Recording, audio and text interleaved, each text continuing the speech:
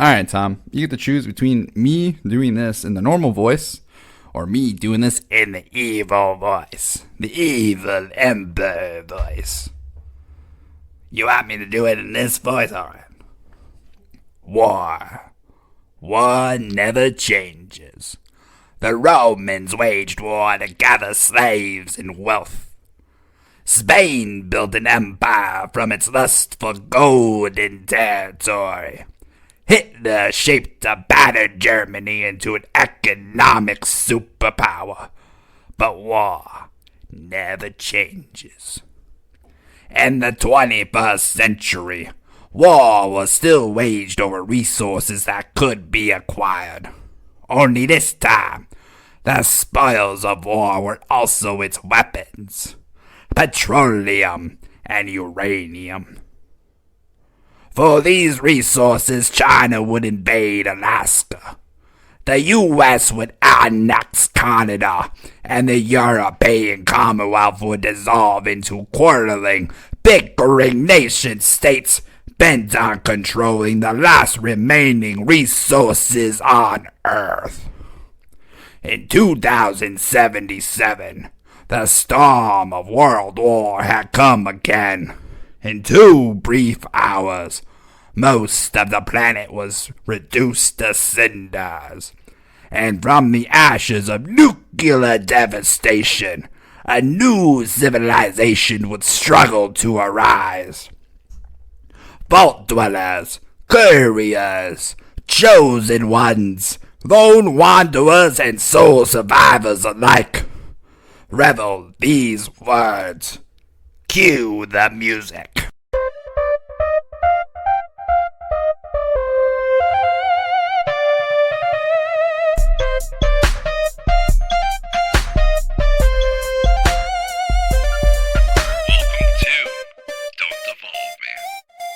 Alright, welcome to Don't Evolve Me, the place like Ash, Ketchum, Pikachu. We don't evolve, we just level up. And we got a special episode. You guys should probably already know what it is. Video game nostalgia, Fallout. And today we got Ernie. He's not here right now. Gardner, he's going to be here when we do the actual Fallout. But sitting right across from me, we got Tom. He's definitely more nerdier than you are. Chatfield. How's it going, Tom? It's doing excellent. I'm doing excellent. What was your thoughts on the cold open? I liked it. I don't even think you realized it, but you had a very Three Dog tone from Fallout 3. Yeah. Galaxy News Radio vibe to it. That's kind of what I thought you were going for at first. But then you told me otherwise. Yeah, I was going for Palpatine.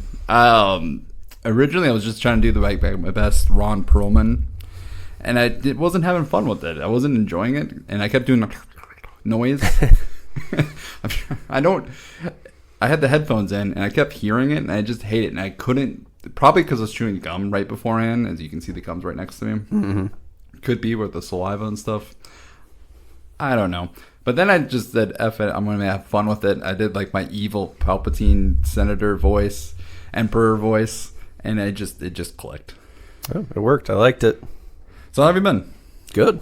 Not bad at all. Show me your wares. I feel like our wares actually match up with the characters. Yeah.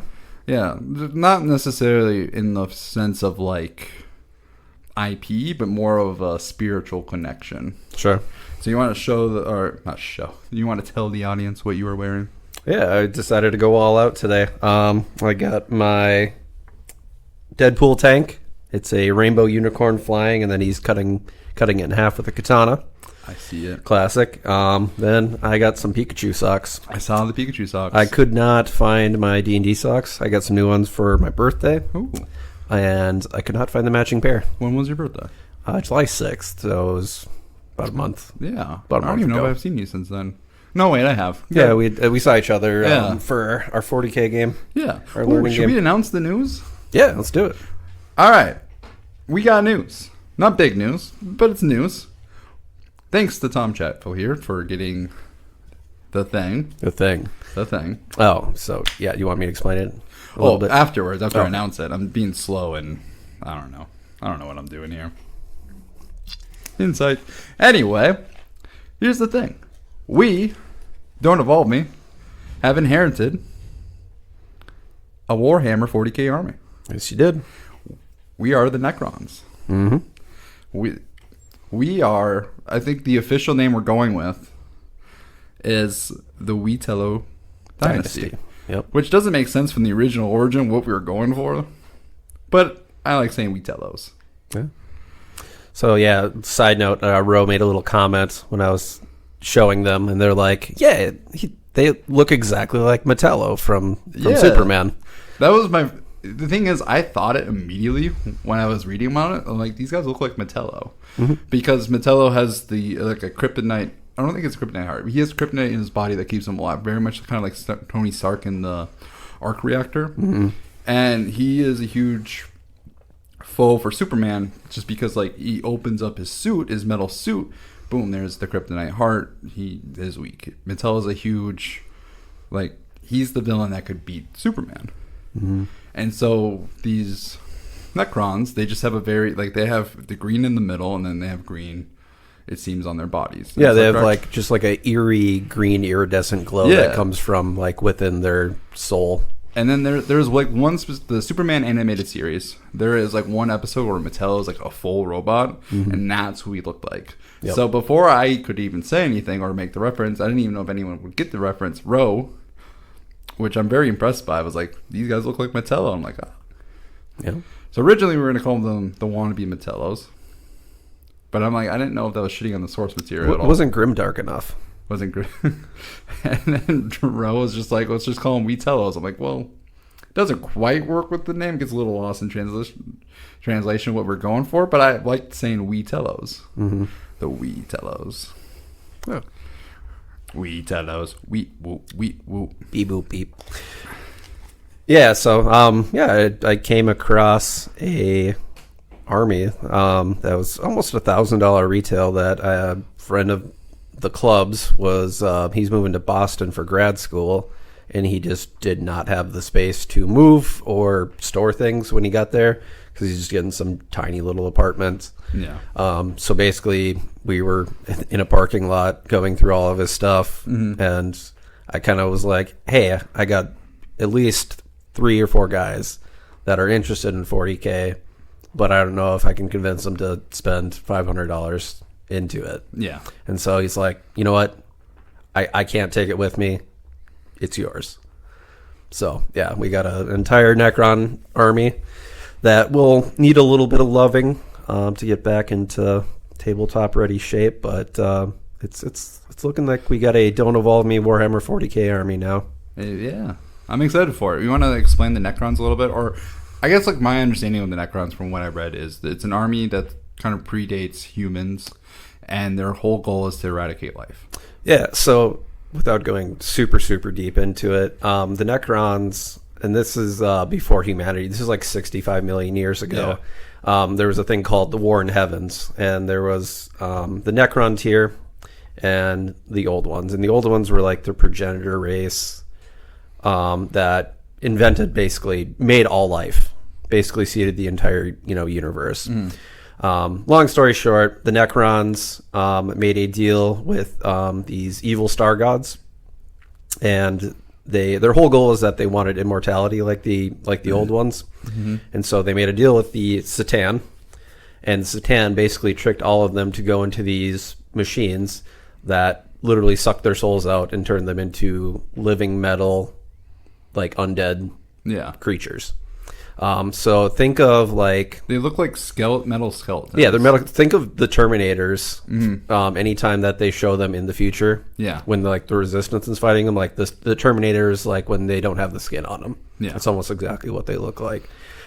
So eventually they got their asses kicked, and they all went into tombs and slept for like 60 million years, and then they reawoke in the current time setting of 40K, and are like, what the hell are all these flesh bags doing here? And so they're trying to reclaim all their lost tomb worlds, and their places that they controlled. And I'm excited to create our own lore for this specific dynasty that we're making, the Wheatello. Yeah. So they just a little side note too, they're very Egyptian themed. Oh yep. I forgot about that. Yeah, it's all like monoliths and pyramids and, all that sort of stuff like that. So, and their aesthetic as far as what they look like too is pretty Egyptian. So nice. I'm excited to paint it, and we'll make an event out of it. We'll have fun. The studio is currently being like cleaned out and stuff, but that will probably be the best space. Otherwise, Rose has a space to do it as well. I mean, I do have a massive hobbying area. Oh, oddly enough, that actually, that tracks. That makes sense, right? But yeah, I'm excited. All right, what are you nerding out on? It's been a while for you. Yeah. God, I'm trying to think what I'm even really nerding out on right now. Nothing too majorly right now, actually. I guess the biggest thing that I splurged recently was, rip to Henry Cavill. I always watched the latest third season of The Witcher, and that will be my last because I'm jumping on the bandwagon of fuck that show because you got rid of Henry Cavill because he is that show. Yeah. And so that was about the only thing, and it was disappointing. I heard that it's a pretty disappointing season, and I hear that the fact that they're going forward and Henry Cavill is basically bowing out because the writers aren't going with the. Yeah, they're just completely screwing the source material, and they're also taking a show called The Witcher, and then it should basically be called the Ciri and Yennefer show. Really, honestly, is what it should be called. I heard season 3 kind of revolved around them more than it did The Witcher. Yeah, it's kind of hard to make a show. Yeah, to make a Witcher show when that's not about The Witcher. Yeah, it's no longer about hunting and killing monsters like the books and movies are. It's about political, and it's like trying to be pseudo Game of Thrones. Basically, I played Witcher 3. I watched the first season, and I watched part of the second season, but I just couldn't get into it. Yeah, I couldn't get into the second season at all. I don't really know why. It just wasn't working. The first season, I wouldn't say I loved it. Mm-hmm. I was just more intrigued, but it was so I didn't understand what was happening. Playing Witcher 3 helps with that, understanding the world but it did. I don't know. Yeah, wasn't the most exciting. So what I'm nerding out on, Zelda always. I had to put down Zelda the last 2 days just so I could play Fallout and prep for this episode. Pokemon Go always. Fantasy football. Nice. And you could basically call it the Dungeons and Dragons for sports. Yeah, Jock D&D. Jock D&D. It basically is Jock D&D. Mm-hmm. It is we want to be football general managers, but we never achieved that level of success, so we're gonna live it out through this game. Mm-hmm. But I've been playing pretty hard into it. Have you ever tried it? Yeah, I did. I'm never one to hate on something without trying it. Yeah, we did a fantasy football league. My stepsons they all played football. Oh, okay, and they all really love football. They're huge Vikings fans and everything. So we did a house, fantasy football league. Nice. So my wife and I, the 3 oldest boys, and then a roommate that we had at the time. So 6 people, 6. Yeah, I think it was 1, 2, 3, 4, 5. Yeah, 6 people. Yeah. So did you do head to head, or is it who had the most points at the end? I think it was who had the most points at the end. I feel that would make sense for a 6-team league. Mm-hmm. Yeah, because then whoever had the 2 top people in the season then went to the playoff ones and all that sort of stuff. Have you ever heard of the show called The League? Mm-hmm. It's funny because in that show they have an 8-team league and all 8 close friends, and I think only 7 of them show up. The other 8th one is he just never exists. They always just talking about him from afar. I could be wrong. It's been a while since I watched the show, but everyone always made fun of him for being an 8-team league. And they're like, "Oh, that's pussy shit. You gotta go 10 teams or up." Mm-hmm. Or what? They might have actually been a 6-team league. Either way, that's what I think of. But for a family league, 6. Yeah, I mean, my biggest accomplishment was just because I got so much flack from all of my kids that they're like, because I'm not a sports baller. Yeah, I don't play the sports ball or watch the sports ball very much. I don't play the sports ball. I don't know. So basically, I know how the game of football is played generally, but these guys are the guys that stay up and watch the draft and are excited for 4 weeks ahead of time. Yeah, and all that stuff. They watch preseason games. They did everything. Been there, done that. They know, every player's wide receiver from every team and this person's name and the up and comers from college. And so, did you win? No. Oh, no, God, no. I would have laughed if you. I just remember, one of the kids was giving me a lot of shit, and they're like, "Oh, blah blah blah, I'm gonna smoke you in this game," because him and I were playing, our teams were up. Okay. And so it was head to head then. Yeah. Yes. Yeah. Sure. I think so. Yeah. If you play against. Yeah. We played. We played one person per week. So each of us got paired up with somebody. But I just remember we had the partial point system too.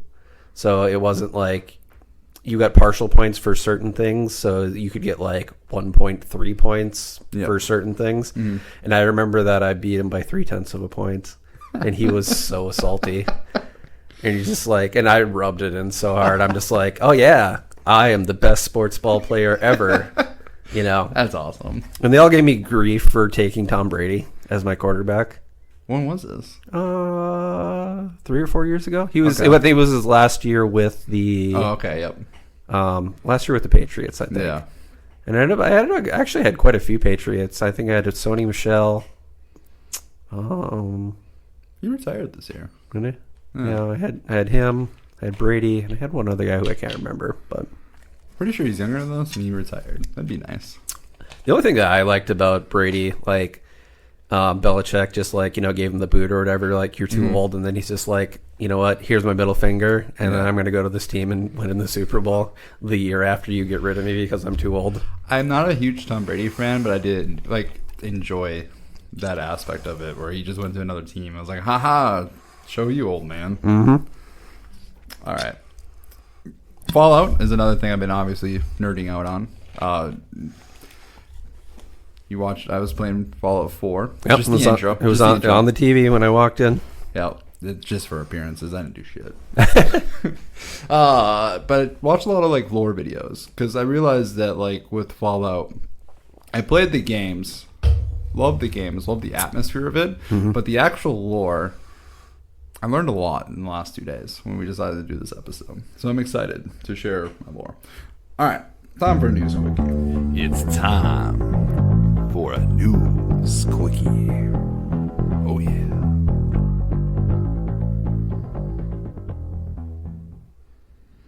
Blue Beetle came out this week, or it's coming out this week. By the time this episode airs, it has already been out. The question is, will it be good?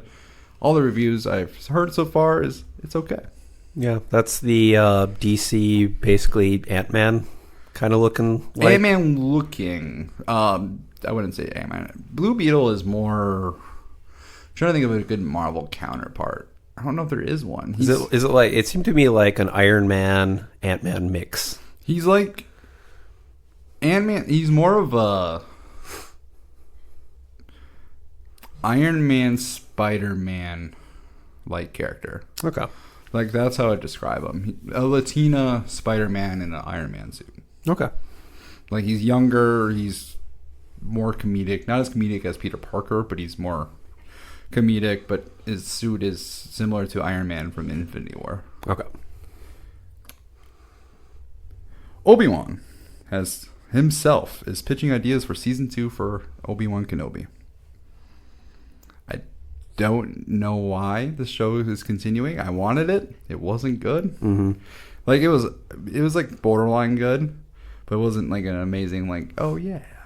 So you're saying Ewan McGregor is pitching? Yeah. Ewan McGregor is pitching ideas for season 2. He's pushing for it. I watched 10 minutes of the first episode and was bored. It's not. God, that first episode I have nightmares of just the little Leia running away from people and not getting caught immediately because it just shows her running. But if you ever seen a 3 or 4 year old run, yeah, they're not great at running. No, and so when I see grown ass men struggling to capture this toddler, I'm what? It's the worst. It was the worst chase scene I've ever seen. Oh, and I just seen Ernie out the window. Oh, he's here earlier than expected. He is. We'll finish this news quickie out, take a short break, and then add him in. Have you ever played Baldur's Gate 3? I haven't, but I heard everyone's just absolutely bonkers about it right now. Our friend of the show, Brandon Klein, has been consumed by Baldur's Gate 3. I believe it. That's my news. Yeah, I've had all of my buddies that are like, "Yep, highly recommend Baldur's Gate 3," and I just don't have enough time in life to play video games anymore, and it's really sad. I do. I just don't have the money. Man, that too. See, that's like the other sad part. And the last video game news, very appropriate. Starfield's coming out. Ooh. It looks great. Yeah, it's the Bethesda, Yeah, like Mass Effect, basically. similar. It looks sort of like No Man's Sky. Okay. That's what I get the sense it's like a No Man's Sky Outer Worlds type of situation. But I'm excited for it. Let's do a quick fresh takes, and then we'll do a break. Fresh takes. Get your fresh takes here. I watched Across the Spider-Verse for a second time. I haven't seen it once yet, unfortunately. I recommend it. It's a great movie. Its only con is that it's a part one. Do not expect a resolution. So it's left on a cliffhanger. Yeah. It's basically if you read a chapter, like if you read a graphic novel, and you like, there's like part one, part two, and you finish the part one, and it says to be continued. Like that's basically what happens. However, the one downside is after hearing all the like the abuse of like the special effects animators and stuff like that, realizing that this movie is freaking amazing, like art style wise. Every universe that they go to has a different art style. Every Spider-Man has a different art style, and they did this within 5 years. Yeah, they did 2 movies within 6 years. So I'm like, I love the art, love everything that happened, but I'm like, oh, that makes sense why this movie came out so early. Because they've been essentially pushing people to work 50, 60 hours. So my question is essentially violating people's workers' rights worth it for great art? Did they get paid overtime? I don't know. I think so. Then fine. As long as you're getting paid overtime for it, man, make that cash. If you're willing to do the overtime and everything, it's like, why not? Yeah, it's just hard. It's like I hate seeing a product that I love and then hearing the downside of it. And if it's a product that I hate and then I hear like it went horrible, I'm like, yeah, fuck them. Yeah. For this one, I'm like, oh, it hurts.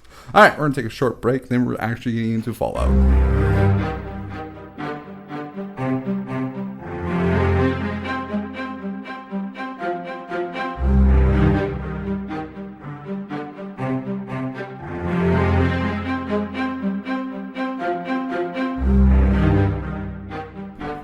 All right, we back. Ernie's in the building. I actually saw you through the window. You know there is a side street you can park on. It's less walking. I always forget I can park on that side. I don't know why. I don't know. He's just traumatized after getting his feet wet that one night during the monsoon. I forgot about that. That makes sense. Hey, we're in a drought for the most part, so you're good. If nothing else, that showed our commitment to you, man. In the rain, snow, sleet, I remember. hail. Pretty sure thunderstorm, sleet, hail, and snow were all that same day. Pretty sure. Oh yeah, that was the day of my wedding. Yep. Yeah, I remember that day. I had no idea what you're talking about in your cold opening. I was like, we're quoting The Godfather now? Or? I forgot the ring here. I gotta get it resized. All right, we're talking Fallout. Yeah, buddy. I'm excited. I got really excited. And then I'm like, I only got 2 days. They're like, prepare for it. Mm-hmm. So we talked about doing this all summer, but like I played New Vegas. So I guess I've been prepared for the last how many months because I played New Vegas. Mm-hmm. But I haven't it's been a while since I played Fallout 4. It's been a while since I played Fallout 3. I've never played 1 or 2. So let's get everyone's experiences before we jump into this. So my experience, Fallout 3 was the first one I ever played. I played New Vegas, obviously, and then 4. I haven't played 76. Sapphire has played 76. Don't play it. No? No. I heard it got better. I don't know. Sapphire enjoyed it. I never liked the idea of it because I'm like, the great thing I love about Fallout is the world of Fallout, the NPCs, the zaniness. and they got rid of all of it. I'm like, that's the best part of Fallout. Yeah, they made like a Minecraft Fallout, basically. Yeah, it's not It's open world buildy stuff. I think some people liked the building aspects in 4, and so that's kind of why I think they went with it. Oh, that makes sense. But put that in a regular game. Like it was great in 4 because like I had a fun time making buildings, and like you know you got to like all your like settlers that would move in. It was cool, just like, oh sweet, I built this really cool barracks. Now everyone's like moving in and sleeping, and they have power and not getting killed by death claws. I think I would really enjoy that game if it was. Well, again, I never played it, but like just the concept of they took the same concept of Fallout 4 and they're like, hey, we have this new game, and your whole goal is just to build up society again, and like you can find NPCs and then you can bring them into your cause and you can build out settlements throughout. I'm like, that's a game, Manifest Destiny type of stuff that I'm into. I would enjoy that game. Yeah, but they already did that in 4 with a story along with it. They did it with a story, but it wasn't like they could have made it better, and that could have been like the focal point of 76. Yeah, no, I mean I get what they were trying to do, but like as you were saying, like all of the character and everything in Fallout comes from the people that you interact with, and there's no quests, there's no characters, there's no overarching villain or anything like that. It's just literally Minecraft and Fallout. Less fun. Crashes all the time. Or crashed all the time. I don't know how it is now. I heard it got better. All right. Tom, what's your experience? Well, I started playing 3. And then for a Christmas present, someone got me the Fallout Collector's Edition that had 1, 2, 3, and Tactic, or 1, 2, and Tactics. Yeah. So I played very briefly to put a solid effort into Fallout Tactics. And yeah, so that's about it. I've played New Vegas. Played Fallout 4. Pretty much the only recent franchise one I haven't played is 76, just because I was like, I wanted to, and then I just heard god awful tales about it when it came out, and I was like, oh, that's disappointing. We'll just skip that. It's one of those. It's weird because I enjoyed Fallout. I love Fallout, and then as soon as they announced it, I'm like, I don't like this idea. It's not for me. And then I did the same thing where I was like, maybe I'll check it out, and then everything I heard about it was not great. Yeah, but that's just good at one thing, and that's making immersive worlds with interesting people and characters that feel real. Yep. And you make a game that doesn't do that, it's like, what's the point? Ernie, I know you're way over there. Supposed to be in the audience. It's an interactive audience, I guess. Yeah, I suppose. I don't have a lot. Like I said, I only played a little bit of 4. And I did watch my old roommate. He played 3 a lot, so I kind of watched him a little bit. But not a lot of experience with Fallout, actually. But I still like the game, watching it. It's a good game and shit. Recommend it. Recommend New Vegas. We'll get into that. I might start with one of them after God of War. Ooh, I think... How about this? Me and Tom figure out which game you start out with later in the show. We're going to have differing opinions on that for sure. I think I already know your answer. But I also might agree with it. No, it's Tactics. That's what he's got. He's got to play this terrible 8-bit game. It's actually a lot of fun, though. I've done a lot of lore, watching videos on lore and Fallout 1 and 2, and I got really interested in the ideas of 1 and 2. I don't necessarily know what the games are about, but the stories of it seem interesting, and I actually don't mind what the gameplay is. Yeah, I mean, did you play, what was the earliest Diablo game that you played? Did you play 1? Diablo 1? I've never played Diablo. Really? Fallout 1 and 2 is a very, it looks like Diablo, but sci-fi. It's pretty crappy graphics, kind of over the top, camera above. Yep, I've been seeing a lot of it lately. It doesn't look amazing, but it's dated, it's old, but it looks like the story's still there and intact. So, first memories. Let's talk about that. Tom, do you want to go first, or should I? Yeah, I can go first memories. I had actually never heard of the series until 3, and I was in college, and there were 2 dudes that were very similar interests to me in a couple of my marketing classes, and they were just talking about it, and the way they kept talking about quests and lock picks, and I was like, oh, are you guys talking about Skyrim or something? He's like, no, but there's this new one, Fallout 3, that came out, and we started talking, and I'm like, okay, it's Bethesda, I'm sold. So I tried it, and honestly, I never looked back. It was before Skyrim, so it'd probably have been. Was it before Oblivion. Skyrim? Yeah, it would have been Oblivion. Oh, then I was thinking of Oblivion, which then. is Oblivion's very dated now, but it's very much one of those games that is beloved. Mm-hmm. And I wish I played that game at the time it came out, because I wouldn't like. I don't hate the game. It's hard for me to get into it. Yeah, it was one of those things that, like, if you hadn't ever played those games when they first came out, you'll never have the same love for them. Mm-hmm. Like, I started playing with Morrowind, and it's a terrible looking game. But yeah, that was what the games were at that time. So yeah, I feel like the older the games are, you kind of just take it and you appreciate it more, because it's like, oh, hey, it's open world, it's 3D. Mm-hmm. Whereas now it's like we have very clear, real looking games, and so when you go back to like the old PlayStation 3 games, which at the time I was one of them that was like, can games get better than this? Mm-hmm. And it's like, oh no, it can. It can look more real than real life, which is a weird thing to think of, but like that's how games are now. That's how I felt about the first Last of Us. I'm like, wow, this is probably the real thing I've ever seen. Graphic wise. And then you play Last of Us Part 2, and it's like, goddamn. So my first experience is very similar to yours, where I never heard of Fallout, and I don't think a lot of people have heard of Fallout. It's one of those, like, Fallout 1, 2, and Tactics weren't really known games at the time. no, yeah, they weren't made by Bethesda, and I think once Bethesda picked it up and they got that name with them, and 3 came out, then they really became popular. Yeah, once like the 3D game, Fallout 3, the Wasteland of DC. So my first memory is very similar, because this is the time I worked at McDonald's, and a lot of my coworkers were talking about Fallout 3 and the quest, and it sounded right up my alley.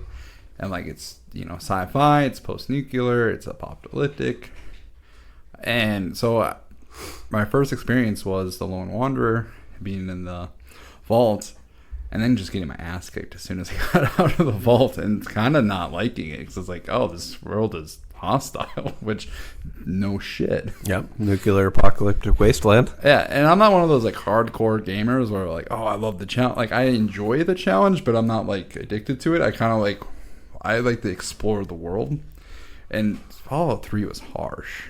Yeah, because you couldn't go far without dying.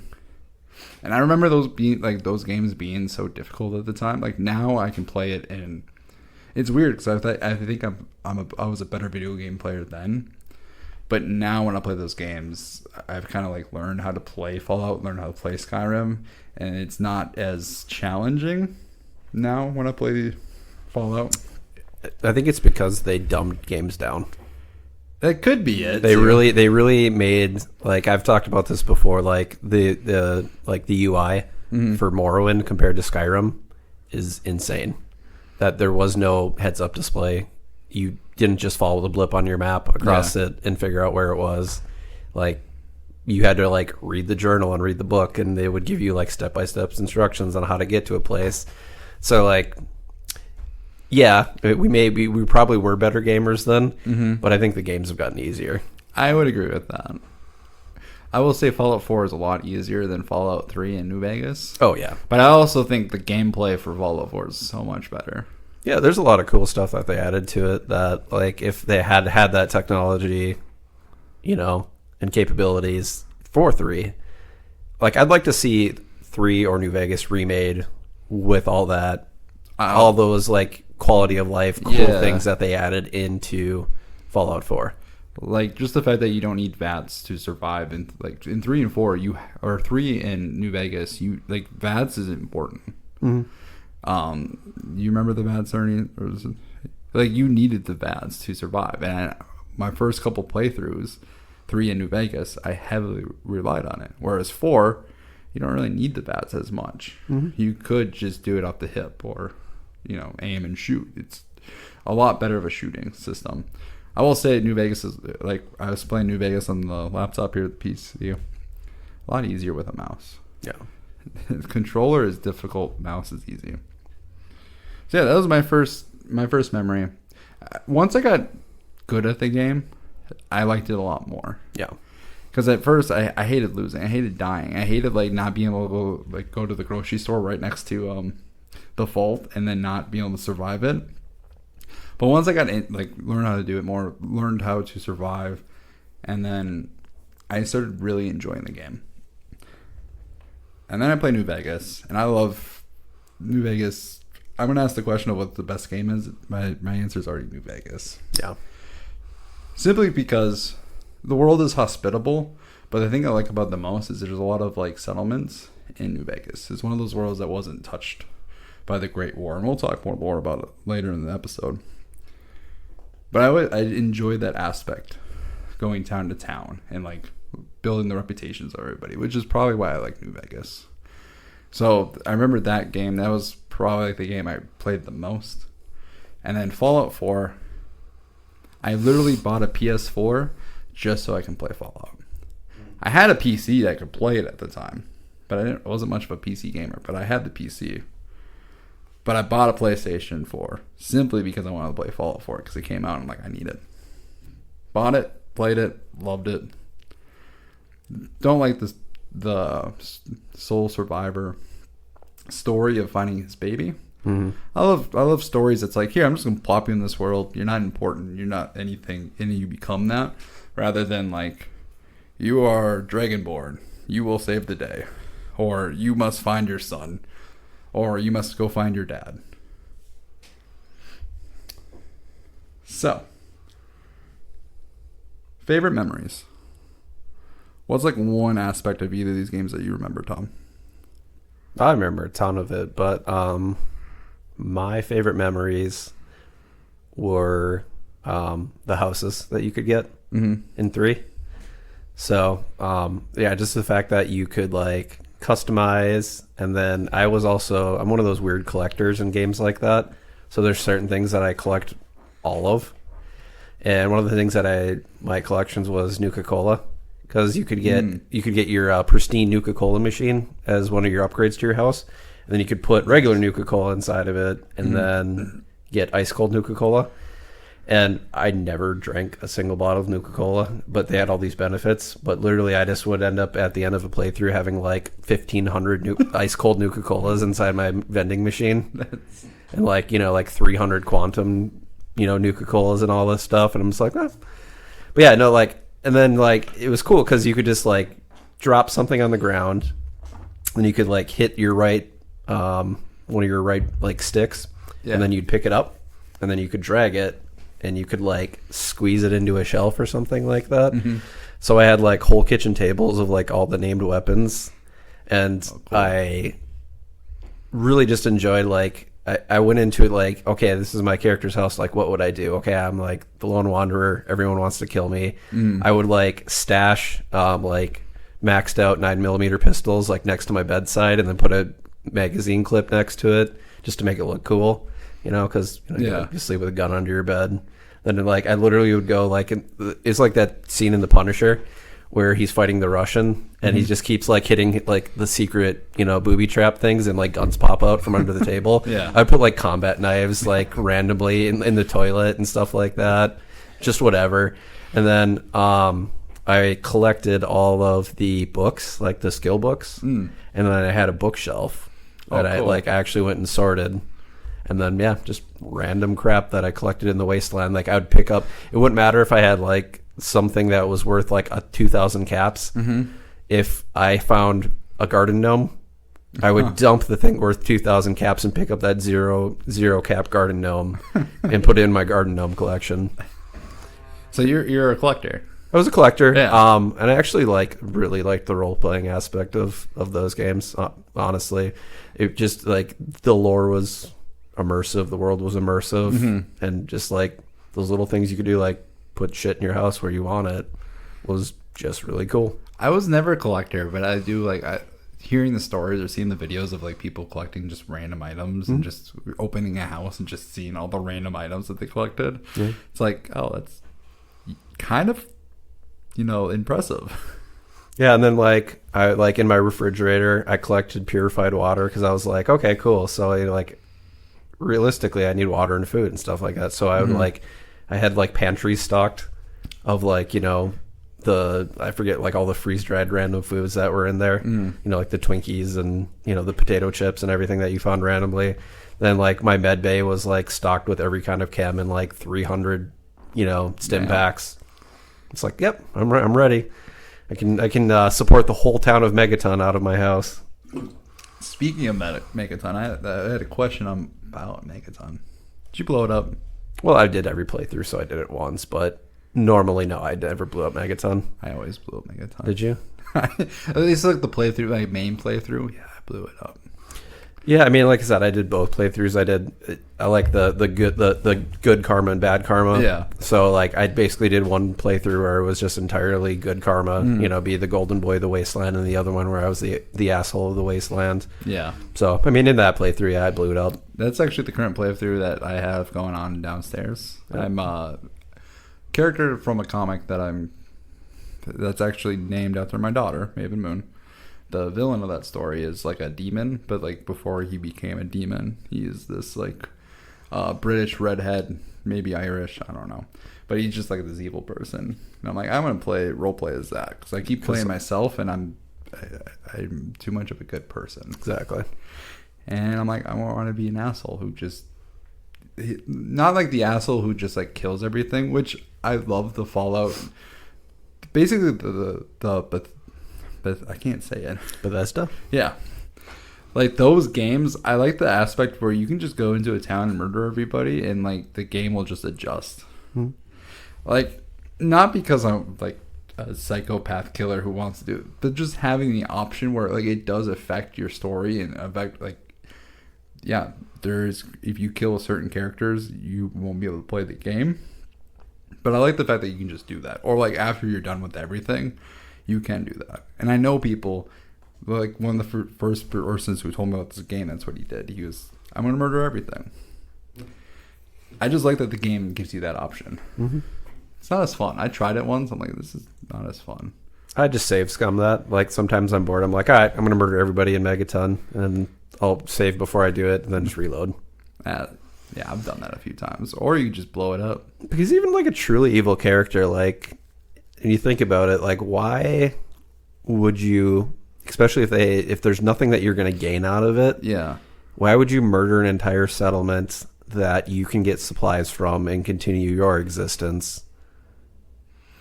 You know what I mean? If you're unless you're just like in love with the idea of murdering people. I mean, I guess you could play a psychopath, but Yeah. like it still seems, even a psychopath would be like, okay, it's all about me. And if I murder everybody in this town, sure, I want to, or something like that. But it's going to negatively affect me because, like, I'm taking out an entire settlement and trade routes that I'm no longer going to be able to use as a safe hub to keep myself alive. Exactly. You know, and like I said, even psychopaths, they may not have emotions.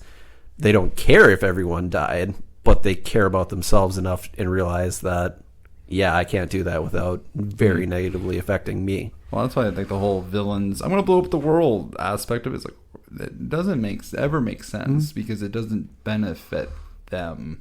Right. But I guess the whole idea of like Lex Luthor building a new island and destroying the United States just so you can make profit isn't as exciting. That's a Superman Returns reference. All right, moving on. I think my favorite memories from 3, my favorite memory, the tree. I forget exactly what to do with the magical tree. Like the guy who... Oh, the guy that grew into the tree? Yeah. The oasis. Yeah, and then you either have to like let him live or burn him. I think I burned him. I don't know. I was pretty mean my first playthrough. I wasn't like a nice person. But yeah, I was very much my angsty self when I played those games. You know, I think I was still, I was like 17, 18. It makes sense. A lot of emo music being played in the background. Ooh, My Chemical Romance. Yeah. That was a band, like, other than Black Parade, I never really got into them. But I like them more now. Atreyu. I'm trying to think of other bands.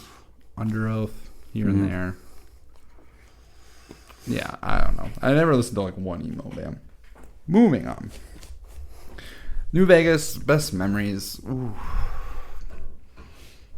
I don't know, like, what my best memory for New Vegas is. I kind of just enjoyed all of it. Like, I like roaming around finding the Brotherhood Steel. I like just roaming around and finding random shit. My worst thing that I hate though is if you roam around in certain parts with certain people, like you already fail quests. Oh yeah, if you take a certain companion with and everything. Like Boone, I believe. I always had Boone, great sniper ranger, but if you take him east, you fail like Legion missions because he'll just straight up start killing Legionnaires out of nowhere. Yep. And then any Legion mission gone. And then 4, I don't know. I think 4, like I think Diamond City's cool. Yeah. Walking it. I don't know if I would say that's my best memory. I don't know the answer to that. Base building was settlement building was my fondest memory in 4. Yeah. Because, it was a new added thing and it was just really fun. I like that you can just make settlements, like, not out of anywhere, but like you can expand and build parts. Once I got into it for a good week or two and I enjoyed that aspect of it. And it was kind of funny, like the main one that you, like where your house is next to the vault. That was like my main base or whatever. And I ended up all the power armor that I collected, I put in those stands. And so then anytime there was a raider, like you know how like the raiders would randomly come and try to kill, or like the super mutants or whatever. I don't know if you know this, but your settlers will fucking jump into the power armor and they will start fucking shit up. It's great. So I had this garage and I had like, because you make power armor stands, and so I had like 6 suits of power armor of like all the, basically I was collecting the different variations. So I had like the Raider one, the Enclave one, the you know, the Brotherhood of Steel, and you know, all that other shit. And I just remember like, you know, all of a sudden some Raiders attacked when I was building some stuff, and I just looked into my armory and like all of a sudden these like 6 dudes come clomping out in their full power armor with miniguns, and I'm just like, all right, I'm just gonna stand here and let you guys take care of that. I mean, you don't have to do anything at that moment. Nope. Like, you guys just fucked up. We have all of this power armor. You guys have got some crappy pistols and, you know, base armor. Yeah, that's good stuff. Have fun. Good luck. I think New Vegas, my best memory out of that one. Actually, it's not even a best memory. It's just a memory that just irks me till this day. There was something wrong with Boone's companion quest, that it became, because you had to go back to like the place where all his bad stuff happened to him. Yeah, his wife and kid. And then kidnapped. Like you're like when you get there, it's supposed to be attacked by like a group of legionnaires or something like that, and then he like saves the city and like redeems himself or whatever. But it never, like, there was a fatal glitch when that game came out on the PlayStation, and they never spawned, right? So I just like, I tried, and I like looked up on all these forums, and I'm like, what can I do to get this to trigger? And I tried for hours and hours. Because, you know, I liked Boone, and I wanted him to like redeem himself. And then in the ending cutscene, they talk about all of the companions that you meet, and depending on like how much interaction you did with them, if you help them with their companion quest, their ending changes, right? And if you don't complete Boone's, he ends up offing himself alone in the desert. And I just was like, no, Boone. So like, it just was like, I was like, because I tried for so long to get it done, and then all of a sudden I'm just watching, and then it's like Boone disappeared in the desert and took his own life, and I'm like, no. That does make sense. So that's like the character. One thing that I remember about New Vegas, and I'm just like, oof, buddy, that's rough. I have one memory from Fallout 3 that I wouldn't say ruined my gaming, but definitely has like affected how I play games. Yeah. So Fallout 3, initially when it came out, I was role-playing heavy. I was the lone wanderer. I'm looking for my dad, right? And so I played hard into the main quest storyline. That was like what I followed. And so like when you get to the main quest, you get to the purified water machine, and the whole like you have to sacrifice yourself, and then you die, and that's it. That scarred me for gaming to the point where I've never finished New Vegas. Okay. I didn't finish Skyrim for like 5-6 years. Because you're afraid you're going to be dead? I didn't want to finish any game because of Fallout 3. Because I didn't do anything else. That entire game, except for playing the main quest, I followed the roleplay aspect of it, and then got killed. So, I mean, there was one thing that you could have done. You can send Sarah Lyons or one of your companions in. You could have. Oh. So you send your mutant. Okay, so funny part too is like Fox, the super mutant. Yeah. They didn't take it into like consideration that super mutants are entirely immune to radiation. Yep. And then, like, if you send Fox in, it's like the ending credits are like the lone wanderer cowardly sent his companion inside to die, and I'm like, no, I didn't. Fox didn't die because he's a super mutant, and the whole reason why you stop it from exploding. So there's no explosion. It's just you died from the radiation. Yeah. But no. I was like, yeah, okay. That scarred me. New Vegas came out a few years later. Never finished it. And even to this day, instead of finishing the main quest, I just started the DLC again. Which, Old World Blues, I don't know if you ever played the DLC. Mm-mm. The Big MT. It's literally the Big Mountain, but they call it the Big MT. Because mountain, MT stands for mountain. But then I kind of got stuck in that storyline because it's actually kind of difficult to play through, and you don't have any of your companions either. And Boone, it's playing New Vegas with your companions, especially if they're Rex and Boone. Those are the two main companions I play with. Boone is fucking beastly. Yeah, I did love when he just would unload. You wouldn't even have something on your radar. Yeah. And just all of a sudden you just hear Boone, blam, blam, blam, blam. And they dead. Mm-hmm. And they're dead.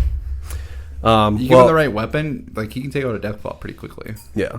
Give him an anti-material rifle. That's real fun. Yeah. But Broken Steel actually fixed. They did. The ending of 3 really well. Yeah. Because then you actually survive it. And then you figure out, and then it's the aftermath of it. Mm-hmm. So. At that time, I was living with my parents who lived in the middle of nowhere. So the idea of getting DLC, I didn't get DLC until I started living by myself. Most of my DLCs that I bought for those games were the collector's edition ones. Oh, nice. Yeah, I remember working at Target and I scored Dragon Age Origins Ultimate Edition, Skyrim Ultimate Edition, and Fallout 3 Ultimate Edition on a clearance rack. Nice. For $15 each. That's pretty good. So when those came out, no one bought the Ultimate Editions because everyone had the DLCs or the base game, and so no one really bought them, and so they immediately went to clearance. And I just would talk to the dudes in electronics and be like, "Hey, when those go, shoot me a message." Nice. Yeah. So I really like Target clearance, especially if you they'll have their initial clearance, and then if you wait a little bit longer, they'll have their final clearance. I did that with Pops. The Skull guy, Summon Skull from Yu-Gi-Oh! Did that. It was $8. Originally they're $11, $12, and then it was $8, and then it was $3. I'm like, that's the cheapest I'll ever get. I'm buying it now. Mm-hmm. And I'm I'm glad. I've been doing that strategy where I'll see it go down $3. I'm like, I'm gonna wait. There's a huge stock. I'm gonna wait. Yeah, I blame Target clearance for my $1,500 action figure collection. Seriously, their first Assassin's Creed 2 or Brotherhood came out. I can't remember which one it was, but again, they had an Ezio action figure on clearance, and so I went down the internet rabbit hole and the eBay rabbit hole, and I'm like, oh, cool. There's all these other ones here. I'm like, it's only $25. Let's buy it. Buy one, you buy it. And then I realized, oh, there's more from Assassin's Creed 1, their first line. And then every new game came out. They came out with 8 new action figures. I'm like, all right, I'm a completionist.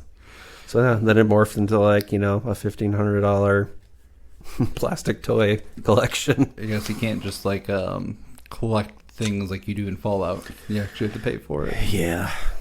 You can't just buy things for caps. Yep. I want to try that. Just get a bunch of caps. So all right, here you go. I got 51 caps here. What can I buy? There's an internet video that I should actually find for you, but somebody, they used one of the New Vegas DLCs because you could actually got a gold brick as one of it, and it had a cap value that you could sell it for.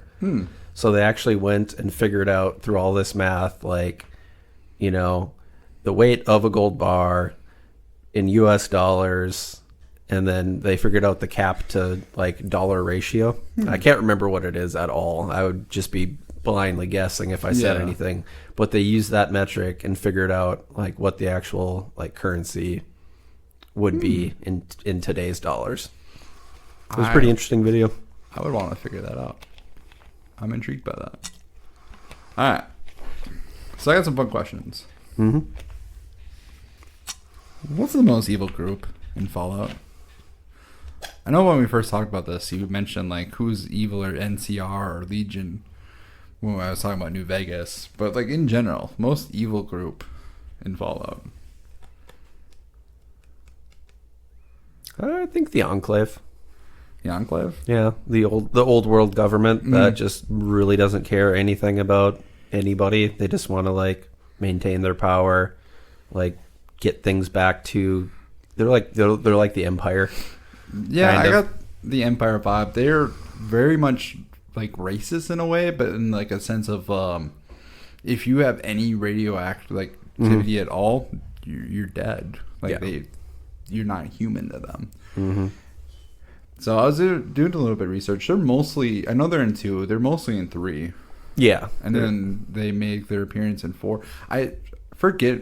Like I keep putting Brotherhood of Steel and Enclave. I keep mixing them up.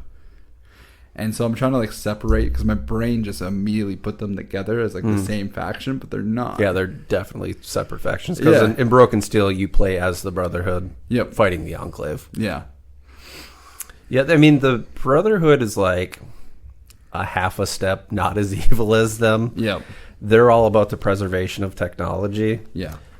They're not quite as brutal when it comes to like the genetic purity and everything like that, but they still really only care about technology, and they're not above wiping people out. Yeah, I don't know if there, other than the Minutemen, I don't know if there is a good group in Fallout. I think every group has they're iffy. Even like the Railroad for synth rights, like what they do, their actions is kind of like yeah. If I remember the Railroad correctly, I never really followed the Railroad. It's always Minutemen. I mean, when you break it down, the Railroad really is a terrorist organization. Yeah. I learned that like the Railroad, they actually like spy on you throughout Fallout 4. Oh, really? Yeah. Actually, a bunch of factions are spying on you. The Institute has ravens. So if you see a raven, one of them's probably a camera. Oh. And that's how they keep track of everybody. The leader of the Railroad, I don't remember his name, but he puts disguises on, and it's the same voice actor for all these different characters, but it's really just the guy dressed up. It's the same guy, looks the same, but he's always dressed up. And like if you keep asking him questions, he gets annoyed. Whereas every other guard will just repeat the same old. So yeah, you have the guy literally following you everywhere and spying on you. And I'm like, I never caught that. That's pretty cool. So I didn't think of Enclave for the most evil group. I thought of 2 different groups. Either the Legion, because I think Legion's up there. Do you not remember the Legion? Well, I remember the Legion. Ave, true to Kaiser, Jake. I'm all about the Romans. True to Kaiser, but slaves. Yeah. We're also in a post-apocalyptic world. The NCR has slaves in a different name. Prisoners. Yeah. Or just they're citizens. They They basically have a captive labor force that they don't. They're more subtle about it. Yeah. Legion's very upfront with their evil, though. That other group that most people probably wouldn't think of is Voltec. Oh, yeah. Because Voltec are some evil motherfuckers. Yeah, when you start researching and reading the computer entries about they really weren't doing it to save people, they were doing it to experiment on people. Yeah. And like the shit that they did was they had some control groups, but the people in the control groups were like rich people or like rich. Mostly it's just like the wealthy individuals are good, upstanding citizens that they considered, but most vaults were tested upon. Like one of the vaults was they put all the musicians in, and then they just filled the static with white noise until they went basically crazy and killed everybody. The other one was the virtual reality, which I was going to mention as one of my favorite memories from Fallout 3. Is that where Tranquility Lane. Yep. Where it's just the guy basically killing people over and over and over again. I'm like, oh, that's definitely one of the memories. That's not a fault. Or Fallout 4. Just redid the intro before Tom got here, like 5 minutes beforehand. Where they're just, let's see what happens when we freeze people for 300 years. The funny thing about Tranquility Lane is the good karma thing was to kill everybody. It really was. Because if you sided with the scientist and let him continue with his experiment, you got a shit ton of bad karma. Because you're basically still imprisoning these people for all eternity. Yeah. You know, because they're in these pods, you know, essentially on life support forever until the power runs out. And this guy just gets to test them and murder them and do whatever he wants. But when you go do the kill switch, then you actually get good karma, in which the kill switch kills everybody permanently. One of the quests, there's 2 vault quests, or one is a vault quest and one is another vault that I just actually freaking love the idea of it. The one that's a quest, Vault 22 of New Vegas, I literally just did this a couple of weeks ago. Was that the plant monster one? Yeah, it's the plant monsters. And I didn't know this, but like the plant monsters are literally like cordyceps from Last of Us. It is literally just the Last of Us type of, I'm like, oh shit, that's cool. That whole thing is Last of Us, except plant-like instead of fungus. One of my favorite quests ever, because they really dipped into a lot of like Cthulhu mythos, was the Dunwich building in Fallout 3. Okay. That's the one that's like infested with feral ghouls, and like you keep finding all these notes about how people are slowly going insane going into it. Yeah. And like when you finally make it down to the basement, there's this big like eldritch monolith in there. That's like, yeah, so like it's really like Call of Cthulhu, like H.P. Lovecraft, really heavily tainted. And it just, I was like, this is so cool and creepy. Like, yeah. I gotta play 3 again. You do. I gotta get that back up. Went hard in New Vegas. There's the one quest in New Vegas, the ghouls in the rocket facility, where they're essentially just like this giant cult of personality. Oh, they want to go to the space.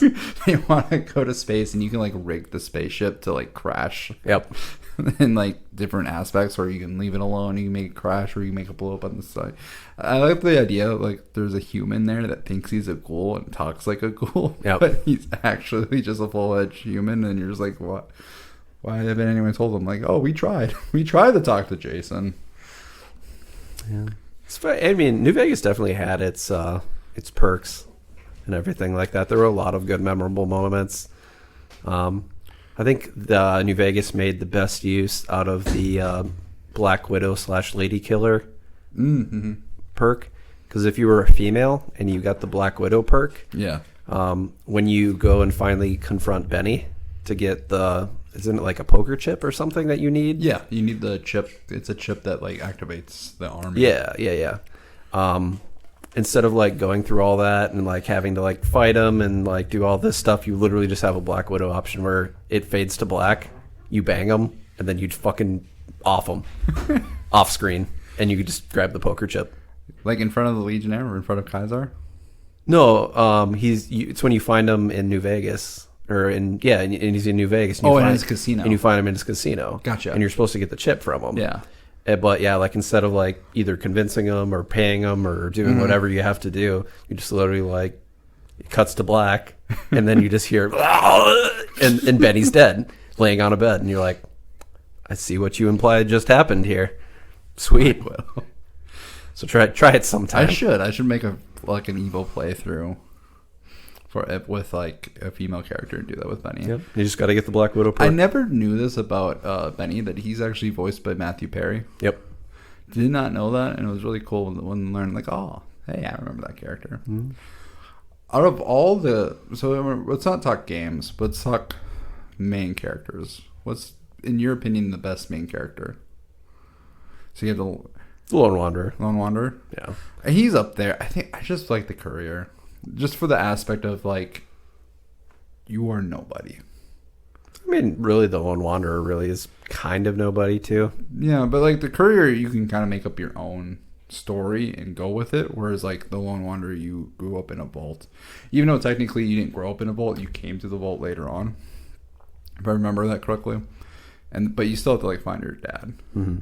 I think I'm just burned by 3 just for the fact that like You're just scarred permanently by the ending of it. like I hate this because like it took me forever to get good at it. Then I got good at it, and then all I did was the main storyline and die. Like this game's awful. You're either dead or a coward. Don't give me all these quests and then kill me at the end with all these quests not done. I know it's real life, but come on. So the good thing about 3 also is that like I was perfectly happy like being the evil character when I did my evil playthrough, but then I was like, all right, I got to finish the main quest, see how it turns out or whatever. And depending on what you do in the major quests, side quests in there, your dad has different dialogue options. And when you are straight evil, like he like dad cuts into your soul and like tells you how disappointed he is. And he's like, I still love you, but I'm so disappointed. And like, you blew up Megaton. You literally killed, he's just like, how could you kill hundreds of people for greed? And I'm just like, I actually like felt like my own father was yelling at me, and I kind of like was like sitting there with the controller like, I'm sorry, Dad. I think I remember it just for the Megaton aspect. I was like, oh yeah, I did that. But I have a nice hotel room. Yeah, right. You should come visit it sometime. I have a sweet pimpin' penthouse. Did you just imagine, like, here's your dad trying to work hard to save humanity, purify water, and you're like, yeah, I blew up a town because I wanted a penthouse. Yep. Oh, man, the Tenpenny Towers quest, too, is one of the ones that irks me still to this day. Because, like, it's really hard to get them, like, so you can either, like, go into the railway, exterminate the ghouls for Tenpenny Tower, or you can let the ghouls in and let the ferals murder everybody. Yeah. Or you can convince, you have to, like, go around to, like, every important person in Tenpenny Towers, and you have to pass high enough speech checks to get them to, like, accept the ghouls. And then, like, so you're like, oh, cool, like, I brought these two groups together, and I forget how many in-game days, but it's set. So, like, you'll go in there, and they'll be like, oh, the ghouls and the people are, they're nice to each other, they're living together, this is awesome. And then, like, it's like 20 in-game days later, you go back, and then all of a sudden you go, where are all the humans?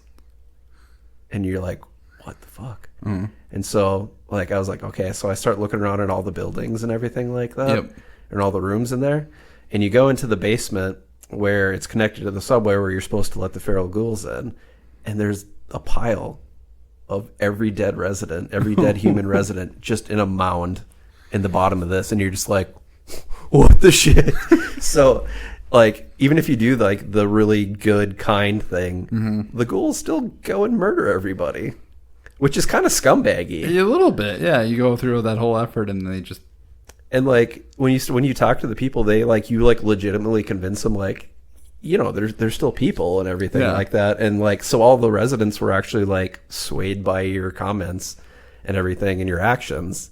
And they actually, like, let them in and start, all this stuff. And then you're just like, okay, never mind. You guys, I probably should have just murdered you in the subway.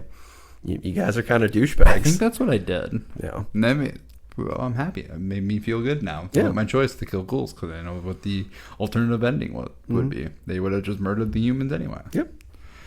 So that's one of the things I really liked about Fallout, is that, like, the good, bad karma and, like, your skills either by speech or other things, just how much it affects your overall gameplay. And I know there's a lot of games now that do that, but just back then there wasn't a whole lot of games that did.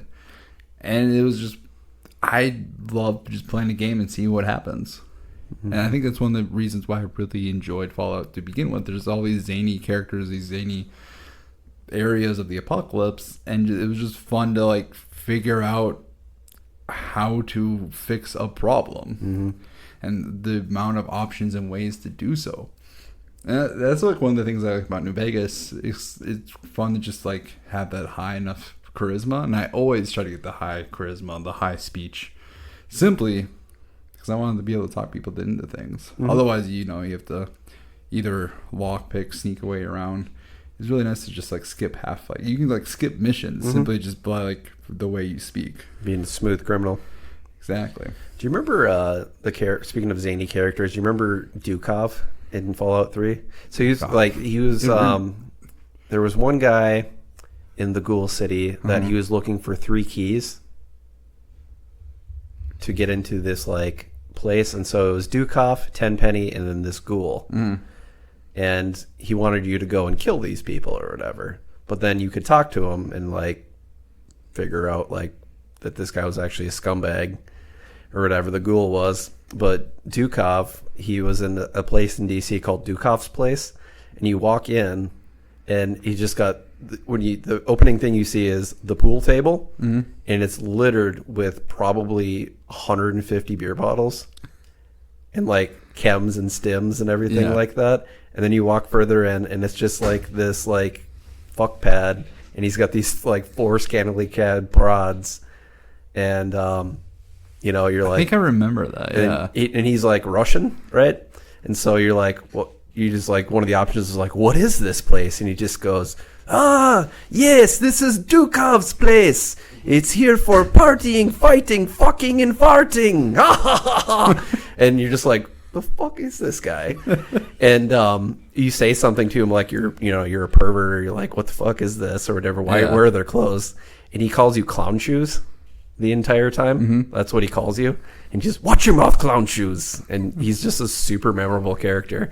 He's just this ex-merc that made thousands of caps. Was Ghoul City in DC? Yeah, it was in underneath. You had to go through the It was in like the museum or something like that. It was in one of the museums. Okay, I'm like slowly. It's been a while since I played 3. That was like the game I'm like, I want to play it, but I don't have it on PC, or I have it on the PS3, but to get it running, and I don't. Yeah, Dukov was just one of those like I remember the characters. I remember the name, and I'm slowly bringing it back. Yeah, he was a great character. Ernie, don't yawn. Sorry. Are we boring you? No. I'm tired. I imagine. All right. Where would you want to live in the fall? Like, if we were transported into the Fallout universe, one, I'd probably be dead within like a year or two just with the Crones alone. I hate that's like the reality of my situation. It is what it is. But if we were to go into the Fallout universe, where would you live?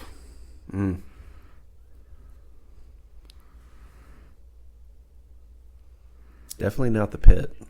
No. That's a terrible place. Definitely not New York or anywhere in Pennsylvania.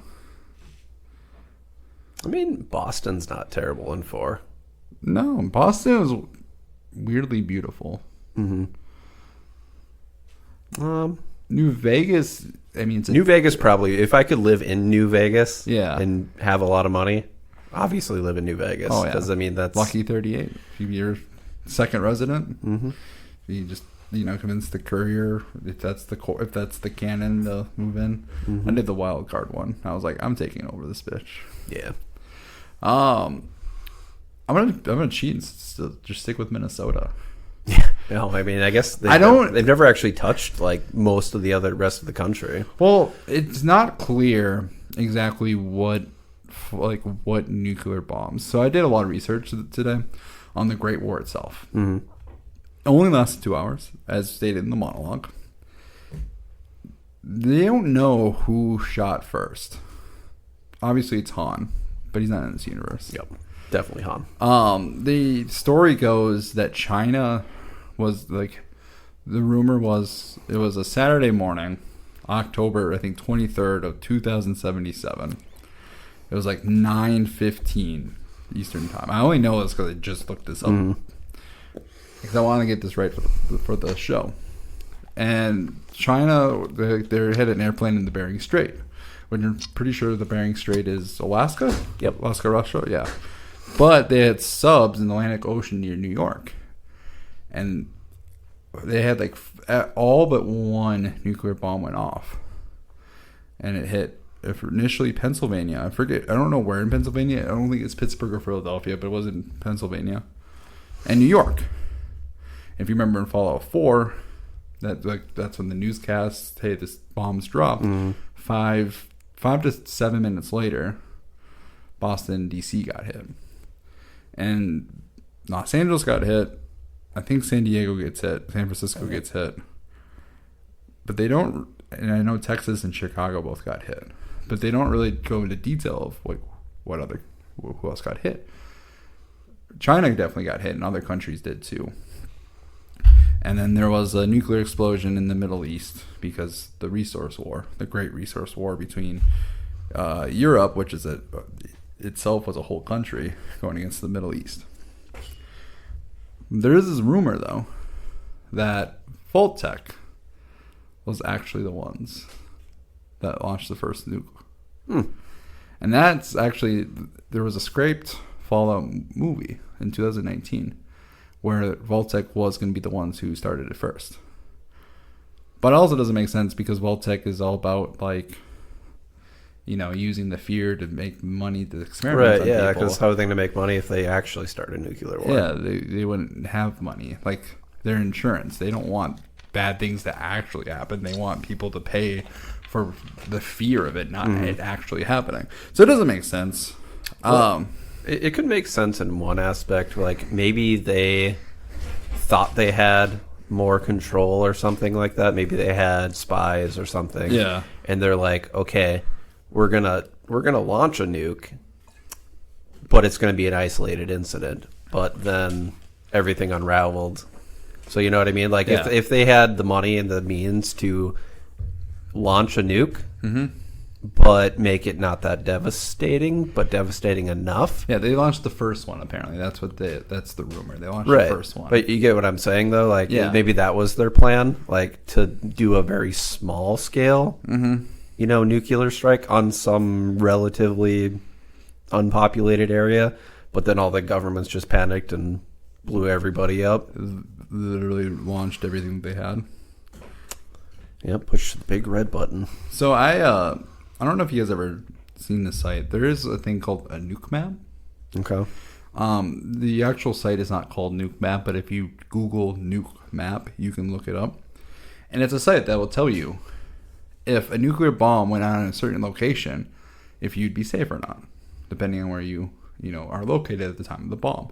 And they have different bombs from like throughout history, and that could tell you it, or different designs, or different what was tested, what wasn't. And so I did one for Minnesota. And back when like North Korea bomb threat was high, I was living in Illinois, so like I remember checking on it. Like, Chicago's a main target. How dead am I? I was in the clear.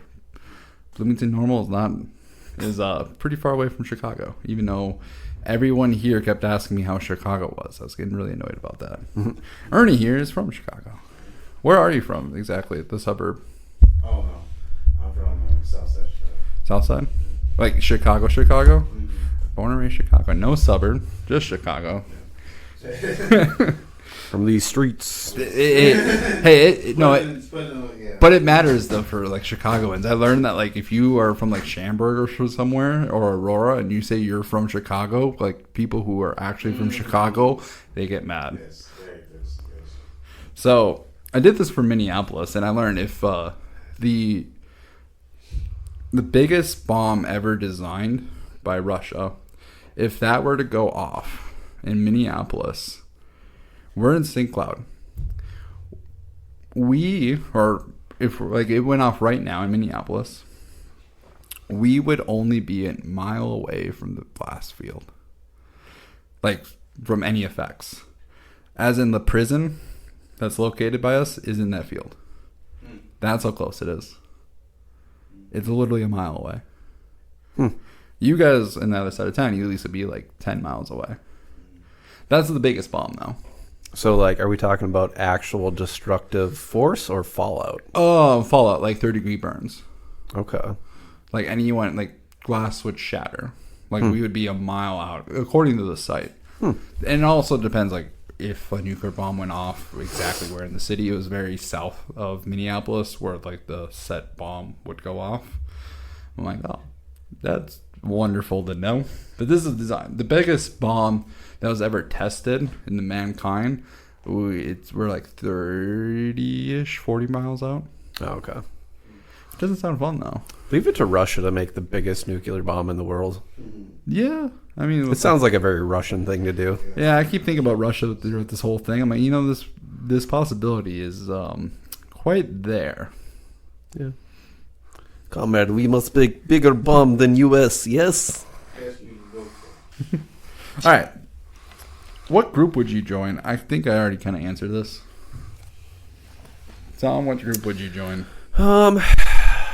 In 3, I would join the Brotherhood. Yeah. Yep. New Vegas, I would join Caesar's Legion. You are in the... Love me some Romans. Yeah. You know, like, they get a bad rep. They are just... They're still actually calming the wasteland. They're calming the wasteland through, like, pure military might and fear. But they're still... I mean... I don't really designate the NCR and Caesar's Legion really that different. I think they one's just more overt with their plies for power, and one is more political, but they're still ruling. Both of them are going to rule you with a boot on your neck. Iron Fist, yeah. Yep. I agree. I think the only when I first played the game, NCR I viewed as the good guys. Yep. But obviously that's, U.S. military propaganda as a kid. Now playing through this again, I don't really view the NCR as like good people. And Legion's still... They're assholes. They're evil. They are. Shit, but... Like, with what they do with women in general, I'm like, no. But I agree with that. Like, they do calm the wasteland. They do calm the deserts. Because they originate from Flagstaff, Arizona. Yep. And then they worked their way to Colorado, I believe. Utah. Mm-hmm. And then they worked their way to the Hoover Dam. They're actually not that like they originate in Flagstaff, so it's actually not that far from Vegas. Yeah, I mean, it's just they're brutal with their tactics, but you got to think of the setting too of Fallout. Everything's brutal, anyways. So, like, what flavor of brutal do you want? It's like 40K. yeah. I mean, anything post-apocalyptic is very, very shades of gray. Yeah, for the most when part. It comes to that, because, like, you may be crucifying people and taking slaves and everything like that, but in the end, you're providing some sort of stability to a region. You are not. There's probably the stability you want, but just still stability. Right. So, I mean, like, it's kind of like, well, okay, well, what's your choice? Like, do I want to live under, everyone's going to kill you no matter what. Yeah. Do I want to die from raiders? Do I want to die from the beasts that roam the wasteland? Cazadors, man. Right. Or do I just like, okay, fine, I'll join the Legion. Mm-hmm. I'll be a soldier. I probably will live better than I normally would. Mm-hmm. Yeah, you're not the nicest regime ever, but no one's nice. No. Like, raiders aren't going to treat you any better. They're going to hang you up. When you walk into raider camps and there's, like, skunned bodies, and they're doing the exact same thing. How about Fallout 4?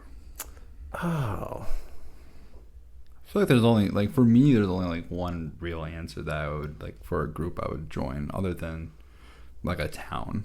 No. I mean, either Brotherhood or Minutemen. Yeah. Brotherhood, that's the big group that comes in with the ship, right? Yep, the big fuck-off Zeppelin. Okay. Brotherhood of Steel, yep. I remember, like, that, you finally beat, I think, Kellogg The person who kills your significant other, you finally beat him, and then the ship comes over. You're like, what? I remember when it's like it was the Brotherhood. They announced them. Like, hey, I remember from Fallout 3. I like them people from Fallout 3. Yeah, see, the difference, too, is the Brotherhood in DC is very different from the, real Brotherhood. The real Brotherhood really doesn't care about humanity at all.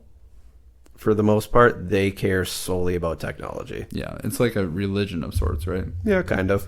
But so that's why, actually, Elder Lions in DC actually broke off from them and actually made it his mission to actually protect the people of DC in the wasteland, while still doing their mission and everything like that. But yeah, I mean, again, the Brotherhood's not really. They're again pseudo good guys. There's no good guys really in. Besides the Minutemen. I think Fallout 3, I would do Brotherhood. That was the group I played with the most, I remember. I mean, honestly, there's not really any group to choose from. It's pretty linear as far as the path you take. So it's either Enclave or Brotherhood. Brotherhood is definitely the lesser of two evils. Yeah. They're not, genetically, purging people. I really need to play 3 because I like the memories. I'm like, I know I played this game, but they're not like as clicking as much. There's a lot of little sub factions and things. Yeah. That there's little tiny groups, not really big major groups. For New Vegas, I mean, obviously the wild card option is great. For the big groups, I think I choose House because I don't really like the military. NCR, not really in it. Legion, definitely evil. NCR is kind of like. They're not necessarily good, but they are like a force. Like they're the closest thing to the military that we, can recall. I really like the boomers from New Vegas. Just dudes that are obsessed with explosives. Obsessed with explosives, but flying too. Their whole mission was we want to rebuild this plane and fly in the skies. I'm like, that actually seemed cool. I'm like, I like these people. They're not trustworthy at all. They're really weird because they're like, we kill everyone that's not us aspect of it. But I can live in a giant hangar in the middle of the desert where we blow up anyone that's close. Kind of a safe one. I want to live with the cons. Yeah, NCR. I wouldn't mind being like a caravan trader, but that also just seems dangerous, and eventually I feel like you would die from something. I mean, the cons would be fun, though. Just like a literal post-apocalyptic biker gang Basically. that just roams around the wasteland. Getting high the entire time. Getting high and partying like a Mongol, I guess. Oh, there's the super mutants, Nightkin, but you're obviously living with mutants. That was actually really surprising because I'm like, oh, there's a whole society of mutants and they're actually relatively good. Like, that's pretty cool. All right, a couple more questions. What group would eventually become the winner of the wasteland? Which wasteland? Like America. Brotherhood. You think Brotherhood? I think for the sole fact of that they're solely focused on gaining all the technology, they're just going to have the advantage in the long run. I forget Institute, because Institute is like, I feel like way ahead of them. They're like, super high tech, for sure.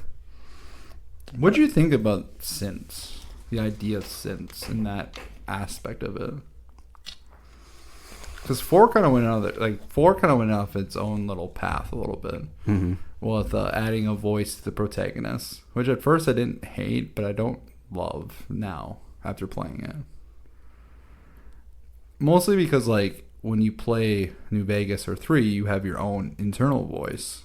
Like, you have your list of options, but, like, you kind of have the voice in your head, where in, like, Fallout 4, that voice is already spoken to you, and a lot of times, like, your options aren't everything that the player is going to say. So what are your thoughts on that? I mean, they touch on a sci-fi like trope that that's basically like saying what is humanity. And so what it is to be alive or what it is to be a person. So I mean, it was interesting in that aspect of it that you were like, certain things you were like, okay, yeah, the synths, you know, kind of the really complicated ones, like, are almost basically humans. Yeah. But, you know, in the end, I think the Institute's, you know, pretty evil deep down. I agree. I wasn't a big fan of the whole synth idea, just because it's one of those sci-fi tropes. Like, it is a sci-fi series, but it's a sci-fi trope that's just kind of played out in, like, I feel like other games, like Detroit Being Human, that game, I don't know if you ever played it. I feel like did a little bit better job of kind of like what is being human, and other stories really play that better. Whereas like Fallout, like you don't need to play, like you don't need a whole robot storyline. You have the apocalypse. Why are we questioning if a robot is like, if they're like actually sentient and conscious? No one cares. They're trying to survive. But definitely Minutemen for Fallout 4. I would join them. They're the most noble group. They're not like they would lose any fight, but they're the most noble. Right. I mean, they're the militia. They're made up of the actual survivors, and all they care about is just helping people survive. I love that Preston has like the gun. Or you have to like the laser musket. Yeah, I love that aspect. You gotta crank it up. Group that, I guess the actual question is like group of winner of the wasteland. I put NCR or Enclave. Brotherhood is another one I thought of too. If Legion takes the Hoover Dam, I feel like they have a pretty good claim on the West Coast. Taking out, like the NCR would be a fight. I don't think they'd take California at all, but they can definitely take out a good portion of the area. Yeah. And I think too. I think it's going to be pretty separated east and west. I think, you know, it's going to come down. The west is pretty much going to be controlled by NCR or Caesar's Legion, and then you know the east is going to be Brotherhood, Institute, Enclave. I think the Enclave doesn't have much of a chance just because they are such a remnant forest. They have a lot of technology. They have vertibirds and they have, you know, a bunch of stuff, but so does the Brotherhood.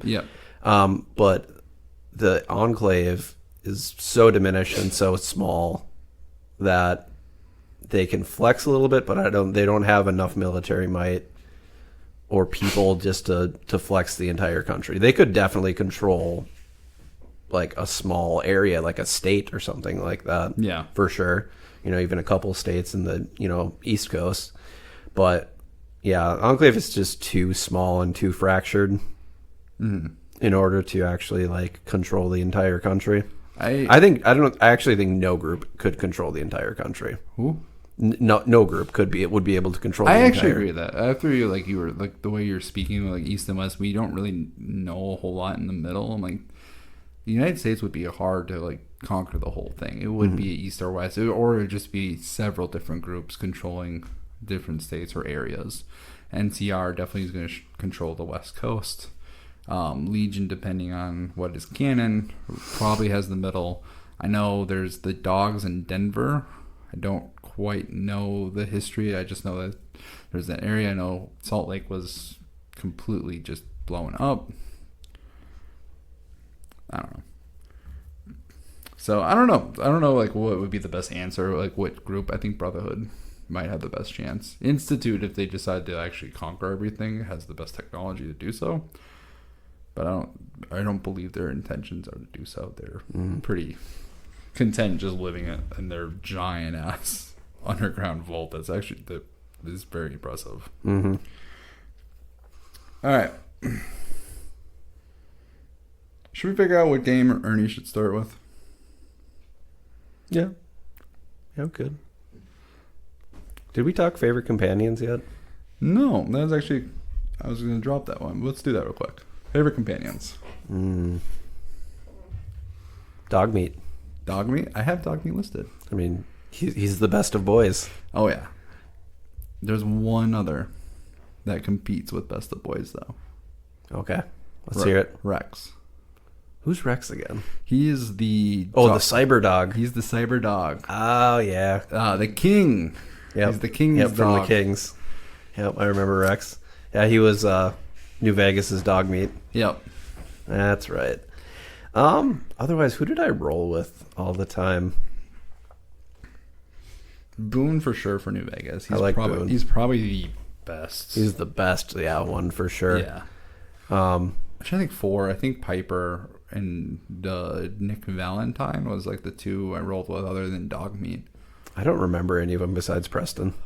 I remember Preston. I just never rolled with Preston.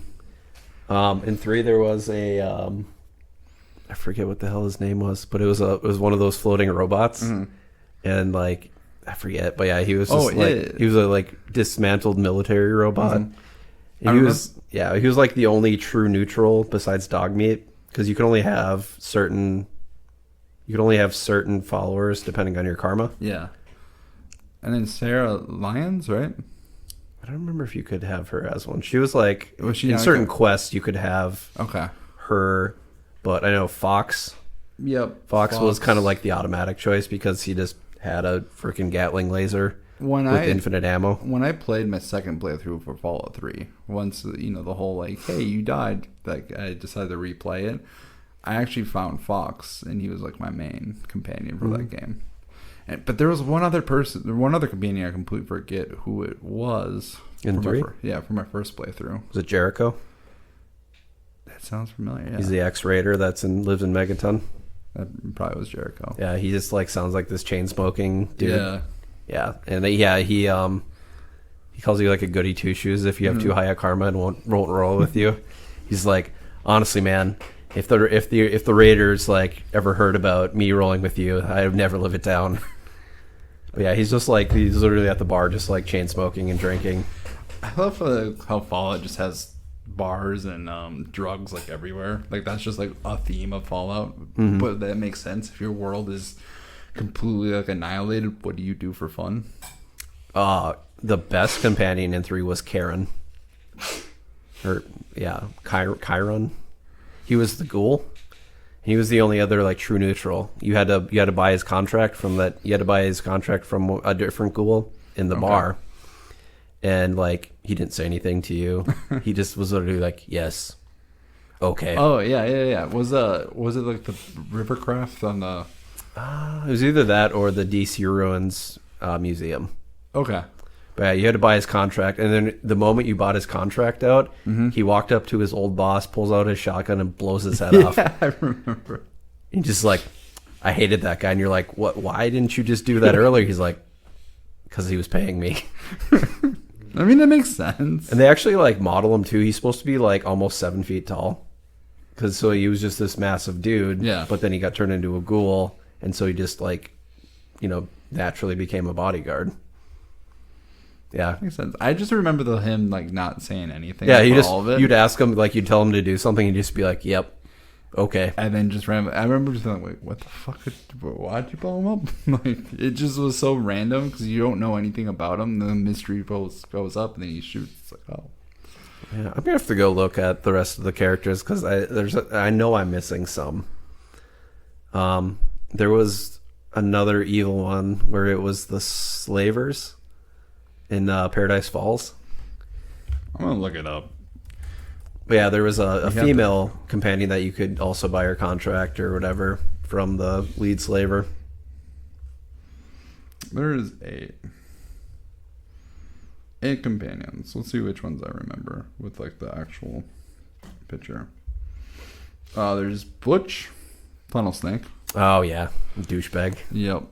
Oh, those tunnel snakes. Yeah, I'll show you my tunnel snake later.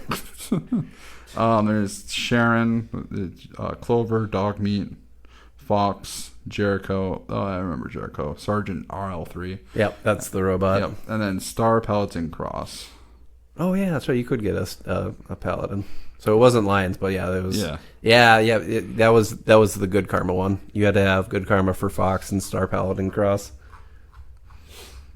And then Clover was the one from the Raider encampment.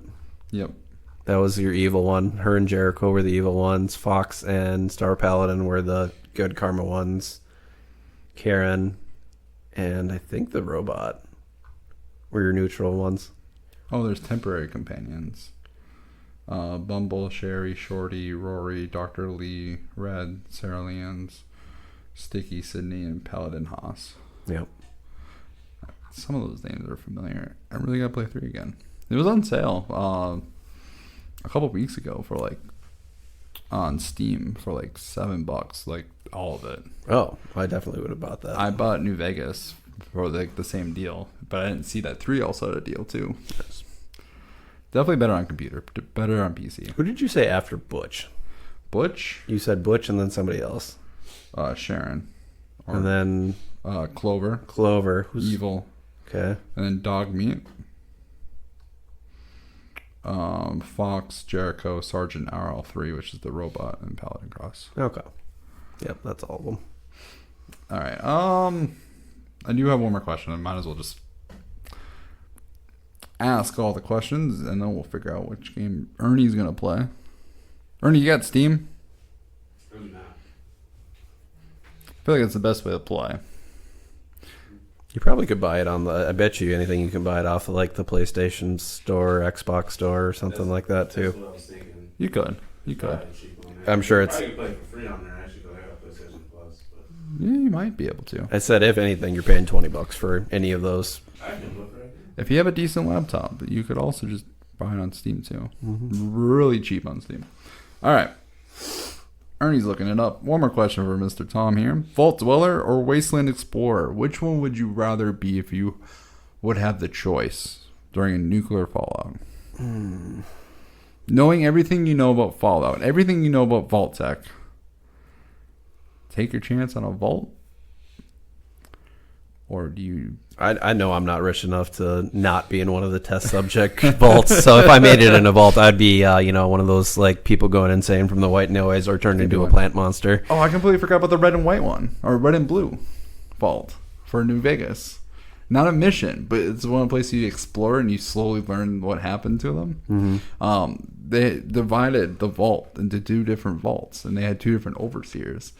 And like, if one thing happened to the reds, like the people above would blame the blues constantly. Same thing with the blues; they blame the reds, and slowly, I think there was like a leak or something happened like externally, and they kept blaming the other group, and then eventually they like met up and killed each other. But really, it was some other. From what I remember, it was like some other source. But I just remember going in and seeing all these dead bodies, and then just learning from the notes, and that was one of my favorite vaults. I'm like, this is crazy. It just reminds me of the old red versus blue Halo videos. That's all I thought about when you started saying red versus blue. I'm like, oh yeah, those are good. All right. So yeah, Wasteland Wanderer. I think it would be more fun. It'd be more fun. Probably would suck if too. we're going off like our own like scenarios. We're in Minnesota. We're good. Like even if Minneapolis gets hit or Duluth gets hit, because that's another one that's a target. Or Moorhead, Grand Forks area too. We're good. We're like right in the middle. Single gets hit, we're screwed. We're dead. Yeah. I think I'd take my chances at Explorer. If I was in a control vault group, maybe. It doesn't seem fun though. Yeah. You're kind of just stuck underground. Yeah, this would be like live your life underground and die. But I might have to actually take vault. Because they might have doctors, and I need that to live. I mean, really, sounds really weird, but I've always wanted to actually live in a post-apocalypse. I think everyone. No, I mean I really do. Like, there's so much shit that we do in our day-to-day life that doesn't matter. Like paying for insurance and worrying about all this stuff, and like literally all I have to worry about is like surviving and living. Like. The idea of going into a forest and just living off your own means. I think a lot of humans have that. And I feel like that maybe that's why we like the apocalypse. We get to escape from society. Yeah, I mean, and there's so much meaningless shit in society that we deal with. Insurance. Money, for example. Yeah. It's like, what's money? It's made up. But that's a whole other topic. It is. All right, let's figure out what Ernie's going to play next. 3.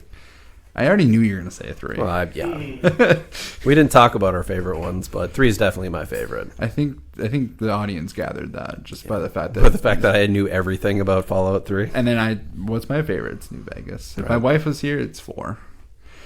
That's the great thing about it. They're all really good games. They are for different reasons. PS Plus for free. Oh. Oh. Well, Maybe you're playing 4 then. 4 has the best gameplay.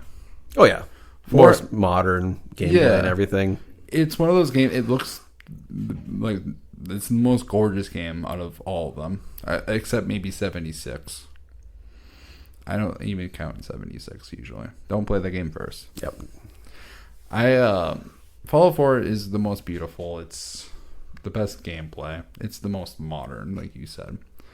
3, I feel like between 3 and 4, because they're essentially almost like the same game, but just different worlds, if that makes sense.